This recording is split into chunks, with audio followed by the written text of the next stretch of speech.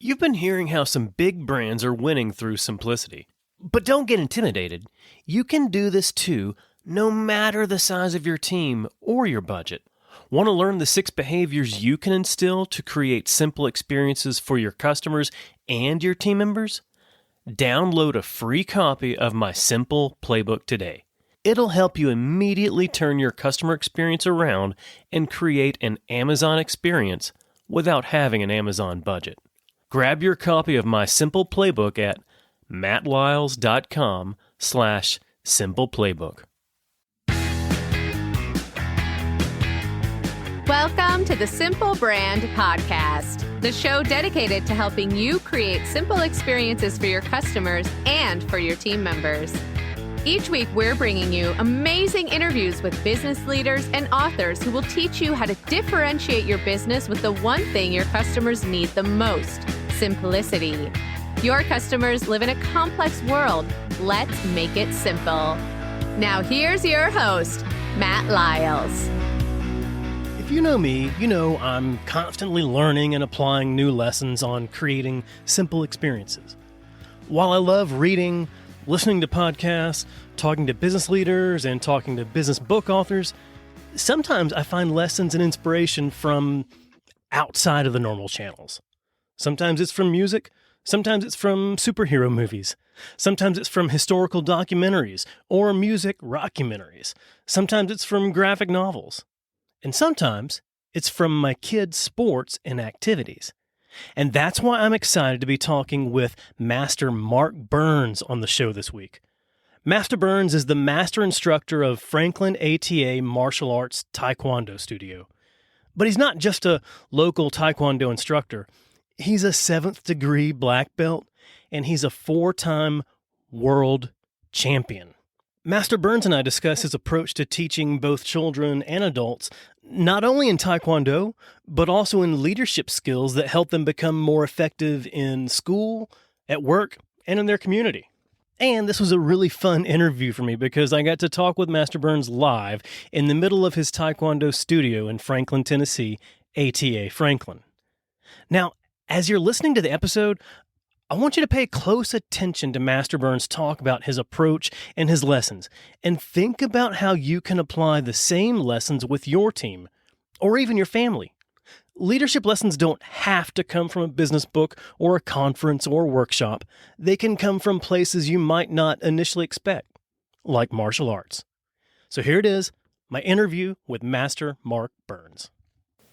Hey, Master Burns, how are you? I'm great. How are you? Doing well. Doing all right, Mr. Lyles. Yeah. So this is my first time actually recording a podcast interview here in person. So this is a little different for me. I kind of like it because you're in my home court advantage right now. So that's it's going to be to play to my advantage here. Yeah. Not only that, like I had to take my shoes off for this podcast interview because we're right here in the middle of Master Burns' studio and we're on the mat. And as a sign of respect, you take your shoes off as you enter the mat. Yeah. Otherwise, you're cleaning the mats afterwards. And so. that's not going to be me. You have had a really cool career. And I mean, I would say probably some people may even be envious of you, but I want to understand, can you walk me through your story? You know, how did you get into Taekwondo? And then how did you get to be where you are today? Why did you want to teach Taekwondo? Well, that's a lot of questions in one question, isn't it? So spill it out. My story, let's see, started in a podunk town of, no, it's not podunk, but northern Indiana, in Elkhart, Indiana. And I had been dabbling in martial arts growing up when I was really young, 4 or 5, that age, with just some random things with aunts and uncles, their, relatives, friends, anybody that kind of had dabbled in it or were training in it. But funny story is, and it's going to sound like a movie, my first exposure to an actual commercial martial arts school was in the basement of my mom's Chinese restaurant that she worked at. Had no wall, no windows, just 4 walls, concrete floor, and I had to go down like 3, flights of stairs to get to this, little room. And this is where they were teaching Taekwondo class.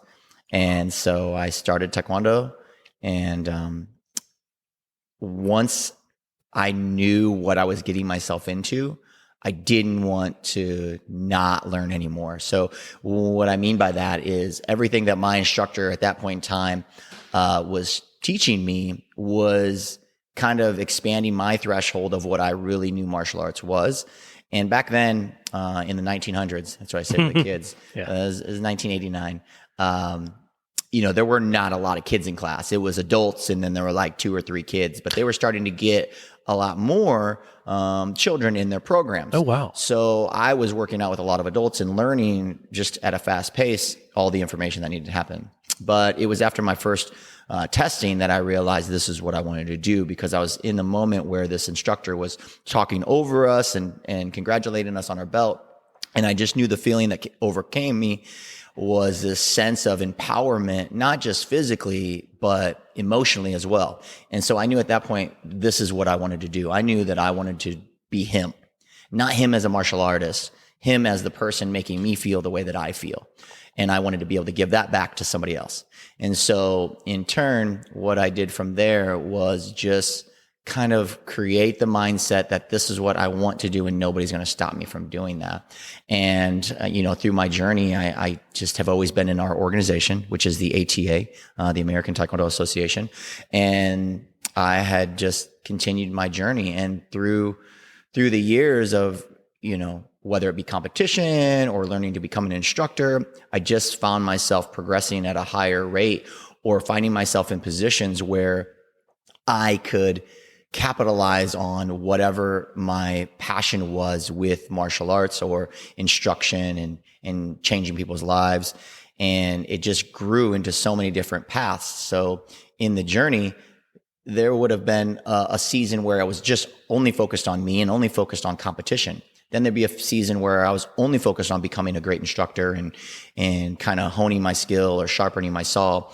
Then it would revert back to, maybe I need to take a break. I'm putting too much into it. So I might take a step back for a little while. But I kept always finding my way back to being on the mat, teaching students, helping students through their journey to achieving black belt. It wasn't until I opened my first school in 2000 in Kalamazoo, Michigan, that I knew that this is going to be my journey. This is going to be my career. This is going to be my life path. And, even though there were a lot of, peaks and valleys during that time, which in the long run got me here to Franklin, Tennessee, the biggest and most important thing that I kind of learned from the whole process and the journey, the hero's journey, I guess you would say, is that the guides that kept coming to me and showing me were that it had nothing to do with what I was physically giving the students. It had all to do with what I was giving the students emotionally and mentally. It wasn't about what I could do. It was about what I could get them to do. And once I really understood that, then I started to really know what it meant to be a martial arts instructor. And so, yes, I have a lot of accolades as far as being a world champion, world demonstration team, 5 or 6 schools that I've ran or started.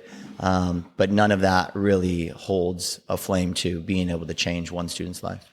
And when we talk about teaching students, I've seen where martial arts teachers, masters, some will teach adults, some will teach children. You teach both, but the majority of your students are children, right? Correct. Yeah. The main demographic of our student base is students anywhere between the ages of 6 and 12.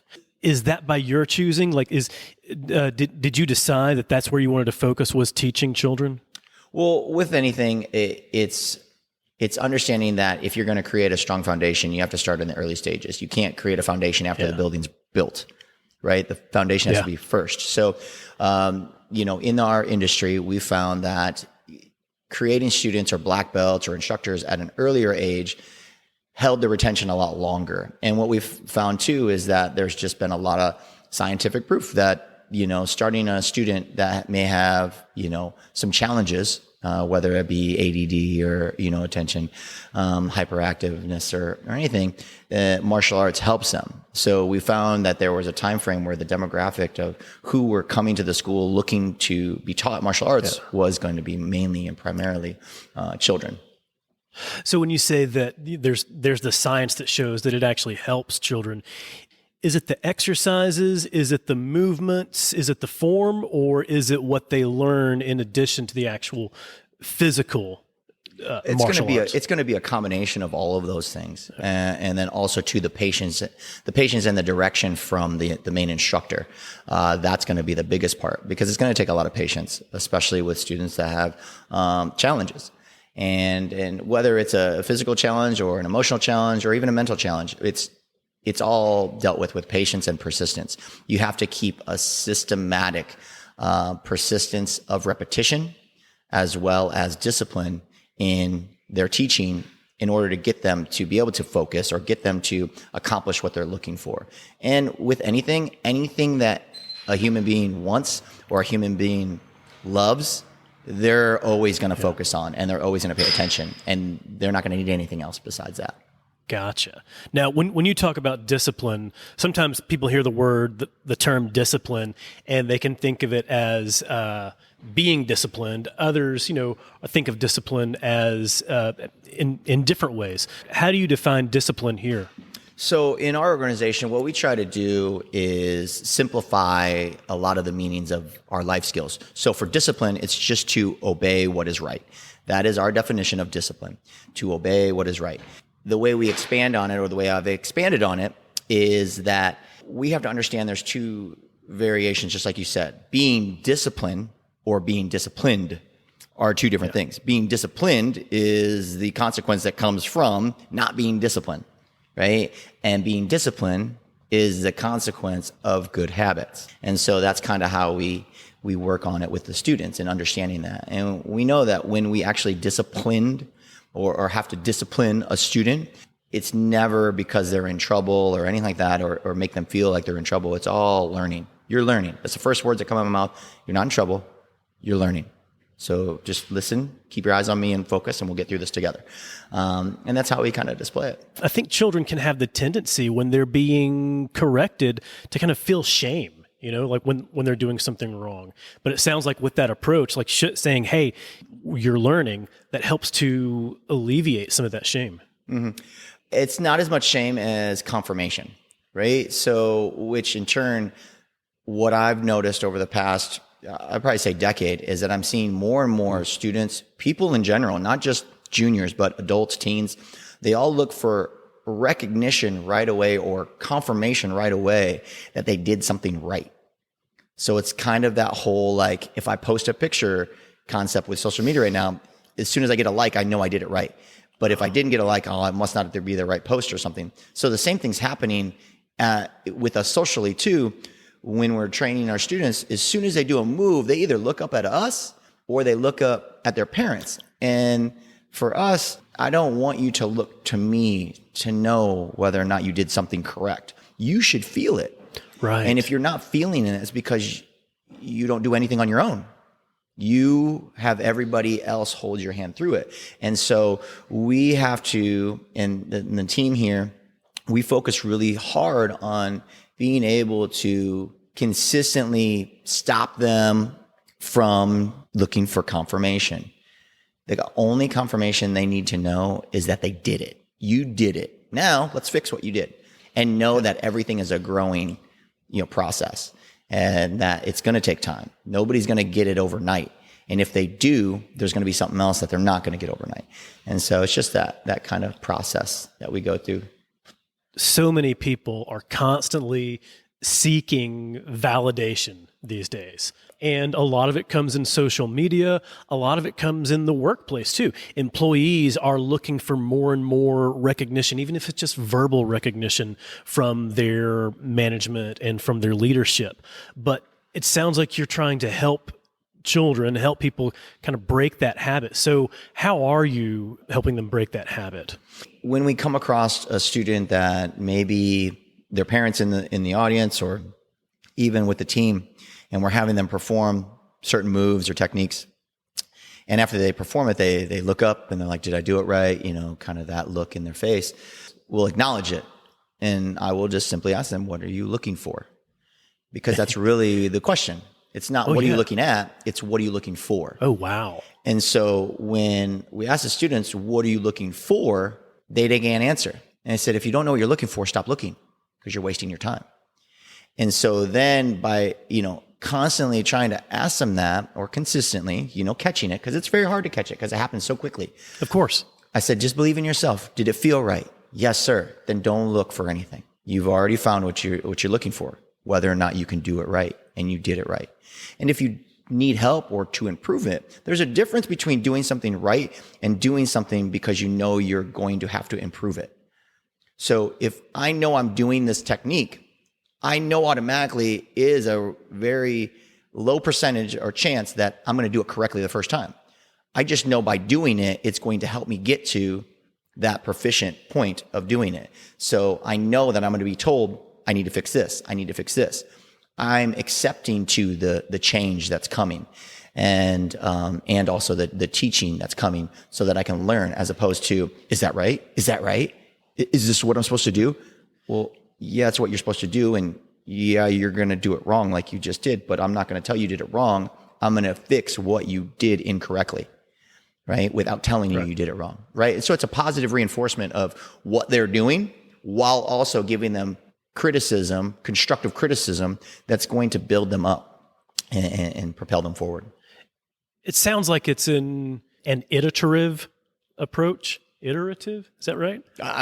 Where like each time there's something new to work on. Oh, yes. You'll always you got your foundation right, you got your stance right. Now let's work on your arm placement. Yeah, Grandmaster Sunho Lee, he has a saying, and it's his quote, is that there's always more to learn.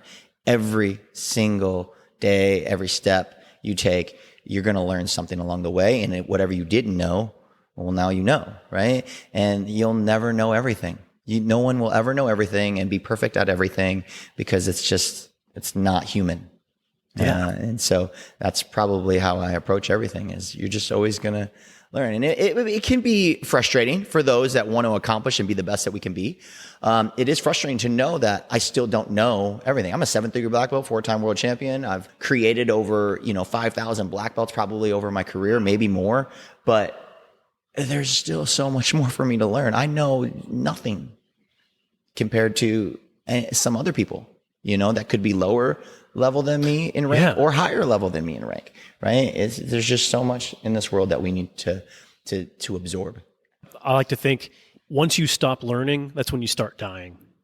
I don't know. See, this is where you're going to get into some deep thoughts because for me, I feel like in the process of dying, you're learning.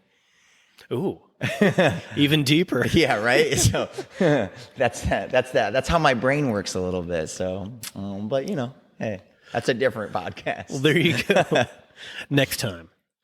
You mentioned that when you started Taekwondo, you were learning alongside adults, and you teach mainly children, but you also teach adults too.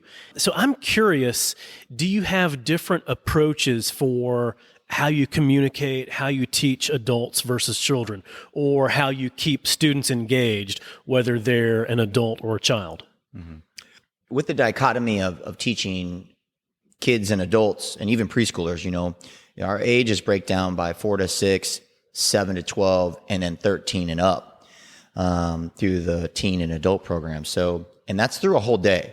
So when you think about the mindset that an instructor has to go through, they're starting off with teaching a preschooler mindset with the 4 to 6-year-olds. Then they have to go to more of a little bit more mature, for those kids that are 7 to 12, they're in this prime learning stage of growth. And then you go from that right to teens and adults who have created habits in their life. They're one way. They just got off a long day at work or hard day at school and soccer or whatever, and now they're coming in to train.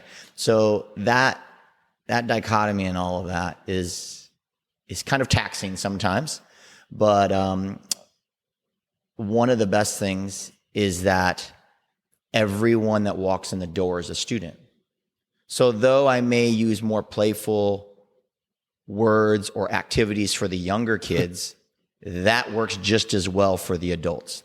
Because one of the best things that martial arts does for an adult who is successful. Maybe he's a CEO, maybe he's, an entrepreneur just like you and successful in their own right in their life. They still want to go back to being a student. And when you can walk through the door and let go of all of that responsibility you have in your normal day-to-day life, and you can be in here and kind of be a baby again, in a sense, right? And go through training and feel like you know nothing, a blank slate, and you're having to learn all this and learn yourself and interact with people that you wouldn't normally interact with. It really allows the person to grow on levels. And that's why we see such an impact with our adults and our families that start training together, because their kids start, but then all of a sudden they see them practicing at home, and then they're like, maybe I should start. And then they start and they see the value in it all. But I find that a lot of times with adults, the same things I use with the Tigers or the juniors still works with them too. It's not too hard. It's just the way we have to think as instructors that makes it sometimes a little bit difficult or a daunting task, because you're going from one mindset of a preschooler to another mindset of an adult within a 3-hour, period of time. And I'm curious, when it comes to the adults, do you think they have the same approach as the younger students, especially those who are in the, that maybe 6 to 12 range, who, when you notice those children like actively growing and kind of growing in their maturity, do you think adults have that same sort of mindset when it comes to coming in here and coming into class and learning? I think you have two different types. You have adult students that come in and they get frustrated real quick because their coordination's off, or they don't feel like it, and they're very perfectionist because that's the habits they've created in their life. Yeah. Then you have other ones that are just like, it doesn't matter to them. They know that they're here to be kind of ripped apart to like down to the bare bones, to be like, oh man, I got to relearn how to do a jumping jack or the splits or a sit up or a push up, because or a burpee. Yeah, or a burpee because they haven't done those things. And then when they get into the actual martial arts part of it, where they're working on the kicks and the strikes and all of the other tactics that we use, they find that it's just super complex, and there's a lot more to it than just a single body motion. There's always a practical application to everything that we do. And I find that the parents or the adults that train find the value in the life skills that we teach too, and the life values that we teach, whether that's with them listening while their kids are training, or if it's them coming in after a long day of work and they happen to have trouble with their team today, and then they come in and train, and then all of a sudden they hear me talking about how it's important to make sure that you serve your staff first and take care of them first, right? Before you take care of yourself. So, because they're the driving force. You're the brain, they're the body. What has to be fed? Both, but the body is what's going to be the most important to keep you moving forward, right? And so that's right. That's kind of how we, kind of work with the adults on so many different levels. But when they come in and they want to train, the click happens when they start to feel the reward. Now, it's a little bit different for adults. They don't get the reward from, belts or anything like that, as far as like that doesn't make them feel necessarily better. They feel the reward when they see a difference in themselves. And we, as the team here, or myself, when we're training adults, if we see somebody that's making a drastic improvement in their physical ability or mental ability, we showcase them or spotlight them in front of everybody else. We'll just call them out in the middle and be like, everybody down, listening position. I want you to check out, Mrs. Smith over here. I want you to watch how she's doing the side kick. And that's the reward, is the recognition, right? Because even whether it's, a Tiger or adult, the three main things that we all focus on are freedom, recognition, and money. Obviously, not worrying about money when we're training physically, but we are looking for that freedom from not having to do anything outside of Taekwondo. All that release, that's the freedom. Yeah. They're getting that. And then the recognition. But how can you be recognized in something that you're just starting? Well, it's by making sure that you're seeing the improvement within yourself. And we just point it out to them. We let them see it, because sometimes we're always our worst critic. So we can't see what the change is really happening. Yeah. You talked about the life skills that you teach as well. And I got to say, I was somewhat surprised when my boys first started taking here, because I took Taekwondo for a couple of years when I was Alan's age, when I was about 10, 11 years old. And it was all about the movements. So I don't know how common this is, the life skills that you teach. I know that's really big into ATA, but I don't know about like other martial arts programs. So I've really, really enjoyed listening to you teach your classes about the leadership life skills. And there are times like where I'll stop what I'm doing and I'll listen and be like, man, I wish I was sitting down with them. It's like, let me get my pen and paper and start writing these down. This is gold here. Can you walk me through your leadership life skills that you focus on with your students? So in the ATA, we have 6 primary life skills that we focus on. Now, with those 6, there are other ones that, components that come from that are also life skills. But mainly it's discipline, belief, respect, honesty, communication, and self-esteem. So with all of those pillar life skills, we call them, we're able to hone in on being able to develop leaders for today's world. Because more and more we find that these life skills are the ones that people are losing the quickest. And so if we can maintain a grasp on teaching them these pillar life skills, we won't lose them, right? In today's society, we see a lot of disrespect. We see a lot of lack of discipline. We see a high level of low self-esteem and self-worth with believing in themselves and other people, or even our community, believing that community will come through. And then most recently, you're seeing a change and a shift in communication, where communication is no longer person to person. It's all via technology. As much as it is easy to text and to email and to, phone call somebody, it's a lot better to look at them in the eyes and see their body language and really feel the emotion coming from them, which you can't get even through FaceTime. I really don't feel all of the emotion that I would normally feel when I'm right next to somebody. Oh no. And hearing some good news or whatnot, that they can, feel the energy that comes behind it. So, for us, that's why, those pillar life skills are so important to our organization. With that said, that doesn't leave all the other ones out. As the instructor, like myself, I will expand on other things because I know how important life skills are. I expand on those life skills and go outside of just what we have in our organization that gives us a basic fundamental understanding to be able to teach students.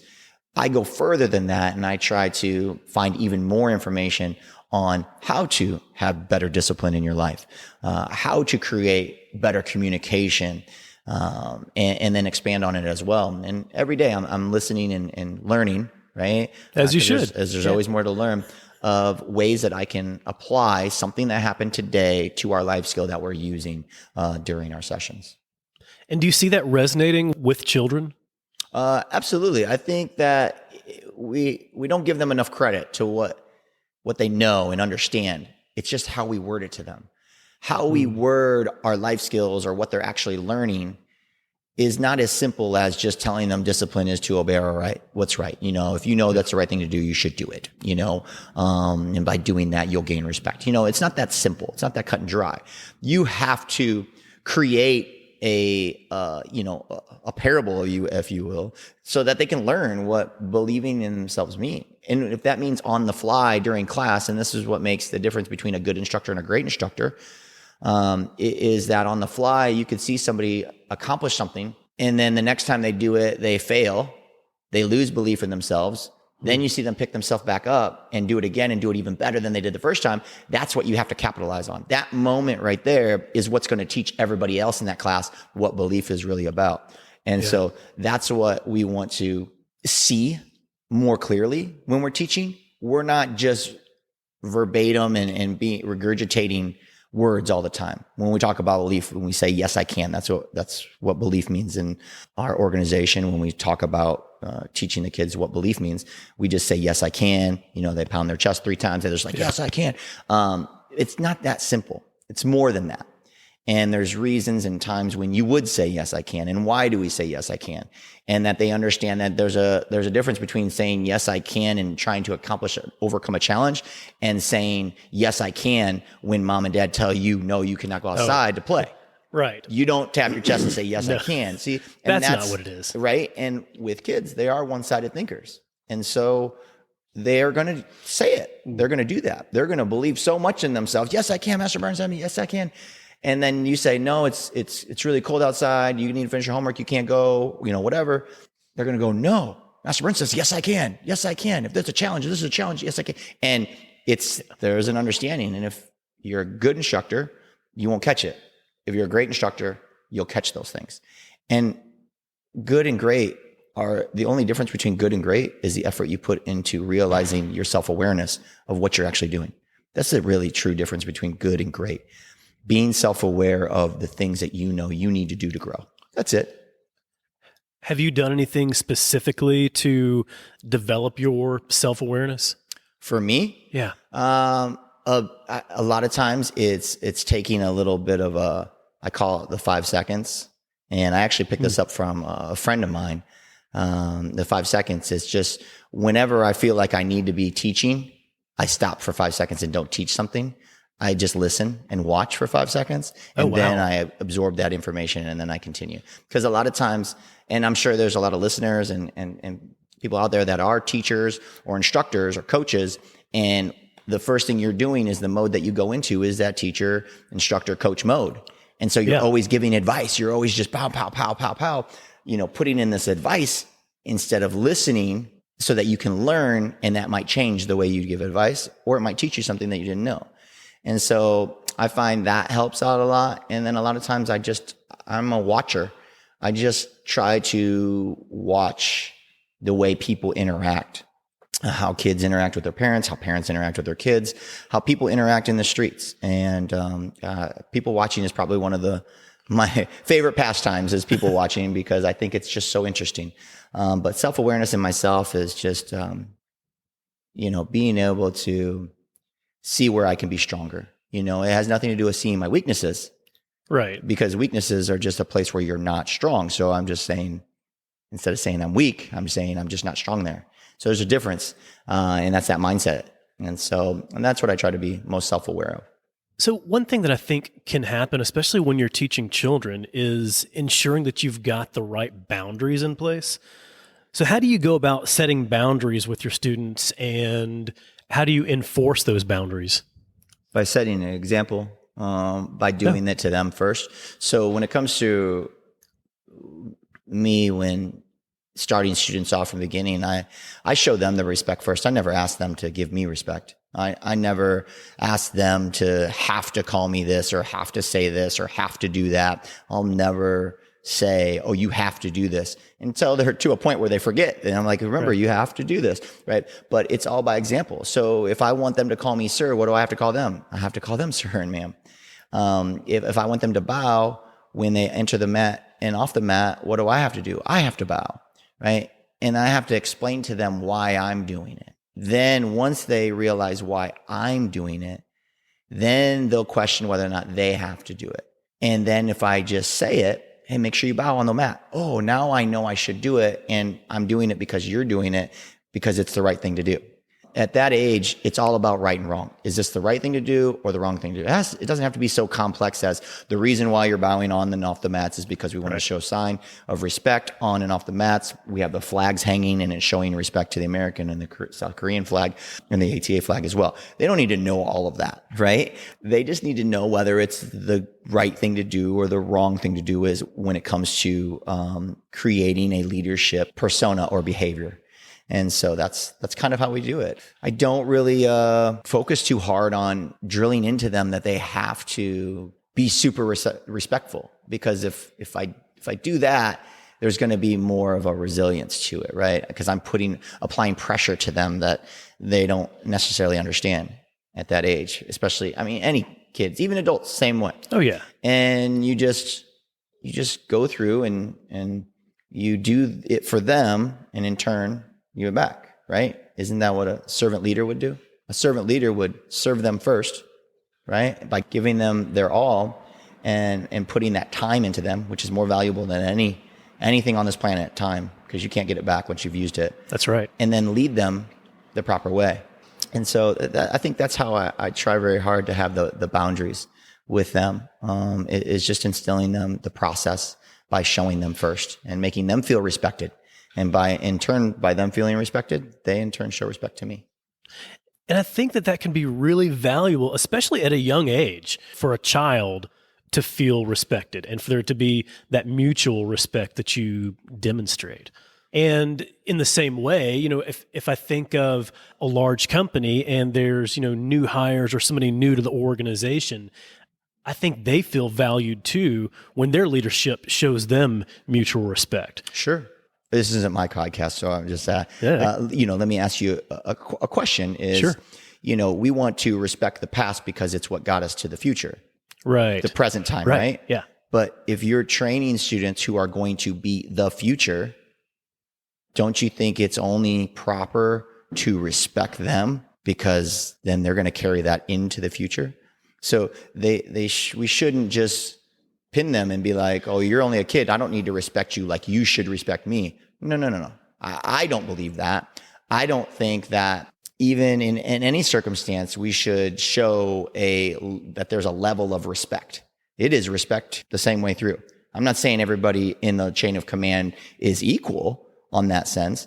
I'm just saying that there is mutual respect for each other's position in the chain of command, whether that's instructor, student, and then guest, and then parent, and then sibling. There's still respect, right? Oh, yeah. With that. And that's what I think is super important. Wouldn't you agree? I do agree. I just don't think that it's as common as you and I would like for it to be. Sure. Yeah. Well, let's try to change that then, huh? There we go. Well, and so, like all these lessons that you teach, if someone's not in Taekwondo, are these leadership lessons still applicable? Yeah, absolutely. I would hope so. Yeah. We live in a pretty sad world if these life skills aren't important to other people.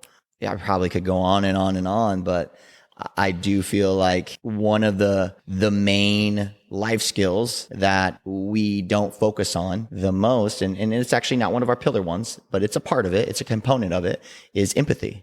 I think that our world doesn't have empathy. And if our world had empathy, it would be a lot better place. With that said, in order to have empathy, you have to understand belief in yourself and others. Because if you can't believe in yourself, you can't believe in others.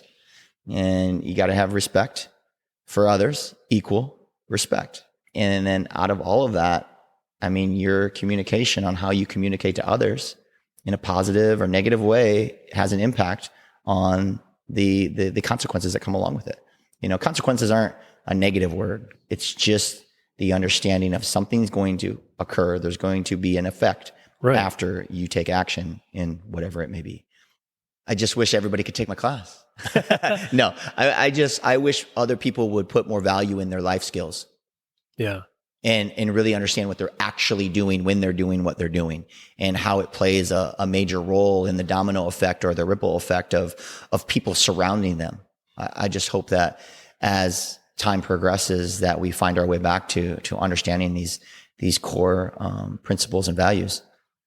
And I think it helps no matter what age you're at. It certainly helps if you learn these at a young age, but if you don't learn them at a young age, you can always still learn them. You're right. You can. You just have to get rid of you got to get rid of that block that's called humility. And you have to allow yourself to be humble and be like, you know what? I don't know everything there is to know about belief, right? I'll be the first one. I still don't know everything there is to know about belief. I don't know the first thing about communication, kind of thing. And having that mindset to be able to be humble and to know that you don't know everything and allow yourself to be retaught or to taught more or to learn more. And so if adults could have more humility in learning, that would help them out, because they do have a higher challenge than juniors or tigers do because they've been set in their path. They know their way. Oh, I've been successful this way. So my way is the right way. It's the right way for you.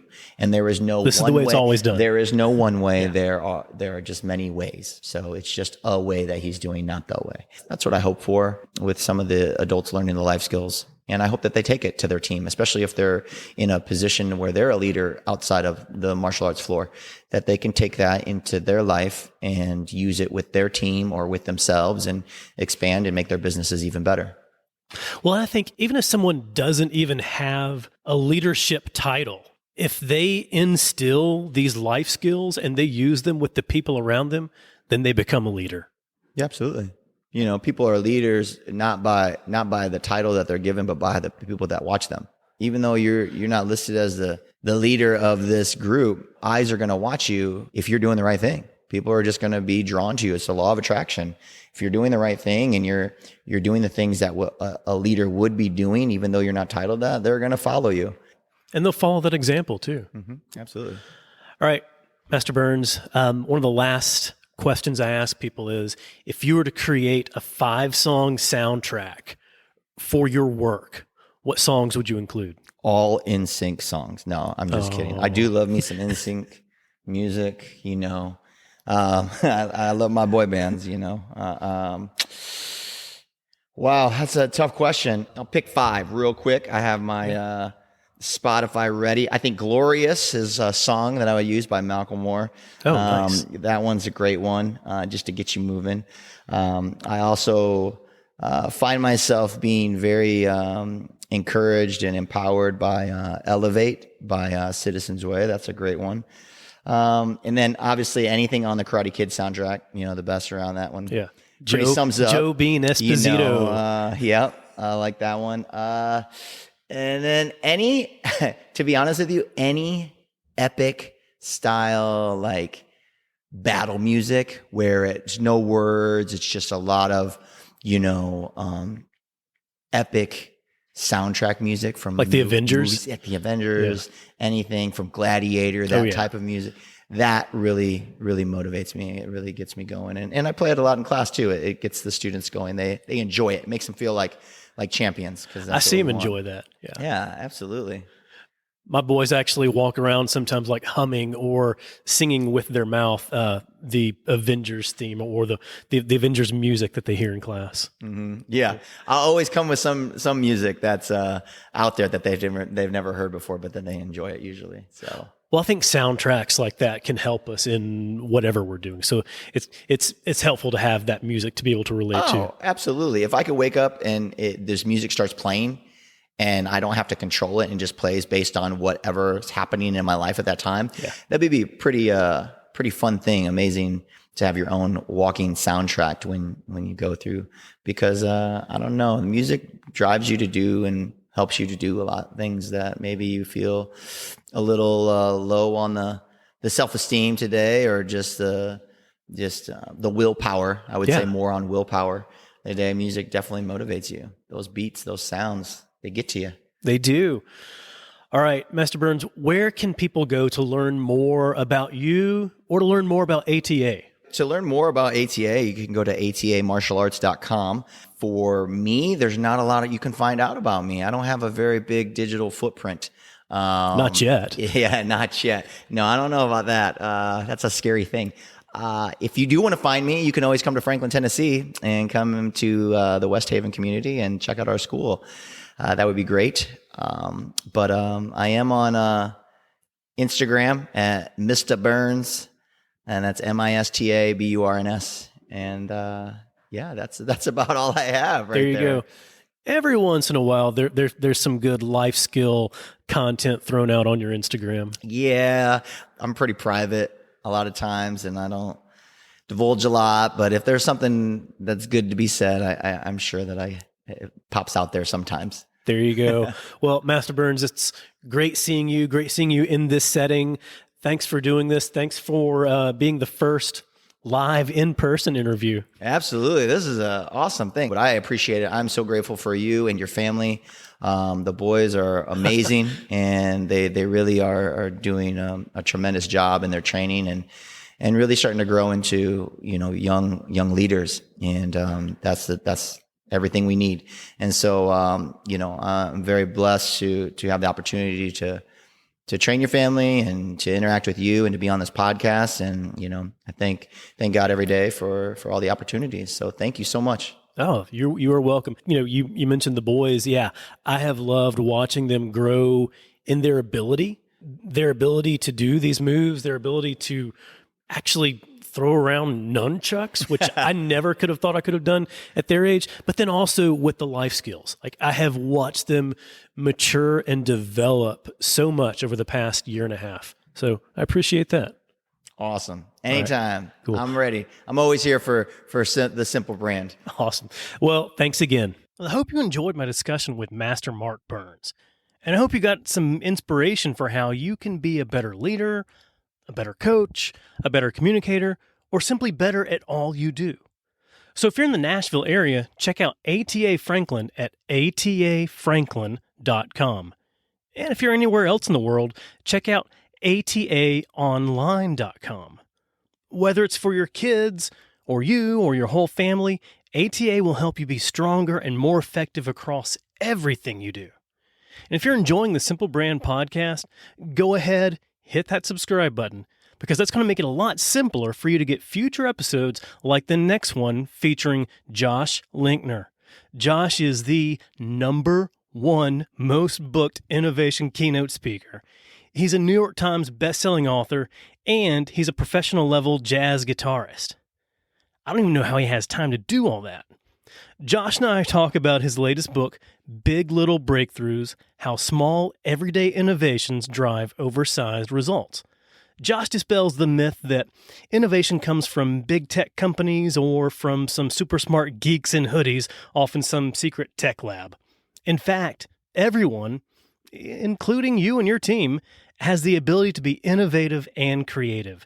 Josh shows you how through some key habits and exercises to help you create your own breakthroughs.